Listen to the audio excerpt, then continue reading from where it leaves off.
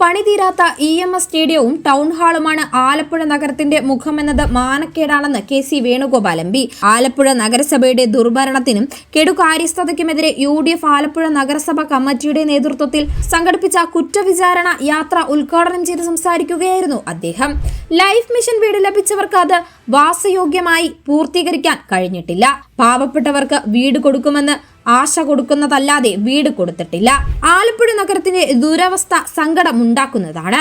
Thomas Joseph നഗരസഭ ചെയർമാനായിരുന്ന സമയത്ത് 2200 കുടുംബങ്ങൾക്കാണ് കേന്ദ്ര സർക്കാരിന്റെ സഹായത്താൽ വീട് നിർമ്മിച്ചു നൽകിയത്. കുടിവെള്ള പ്രശ്നം പരിഹാരത്തിനായി ഈ നഗരസഭ ഒന്നും ചെയ്തിട്ടില്ല. മാലിന്യം നിറഞ്ഞ തോടുകൾ നഗരത്തിന് കൊതുക് ശല്യം ഉണ്ടാക്കുന്നു. ഭവന സമ്പന്നമായ വികസന പദ്ധതികൾ ഒന്നും നഗരത്തിലില്ല.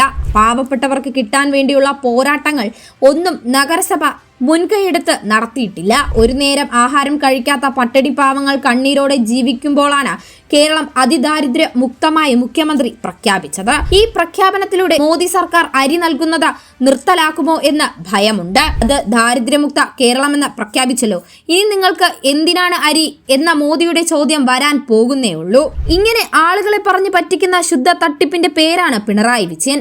പ്രഖ്യാപനം കൊണ്ട് മാറുന്നതല്ല ദാരിദ്ര്യം. പാവങ്ങൾക്കെതിരായ വരാൻ പോകുന്ന നടപടിയായി ഇത് മാറുമെന്നും അദ്ദേഹം പറഞ്ഞു.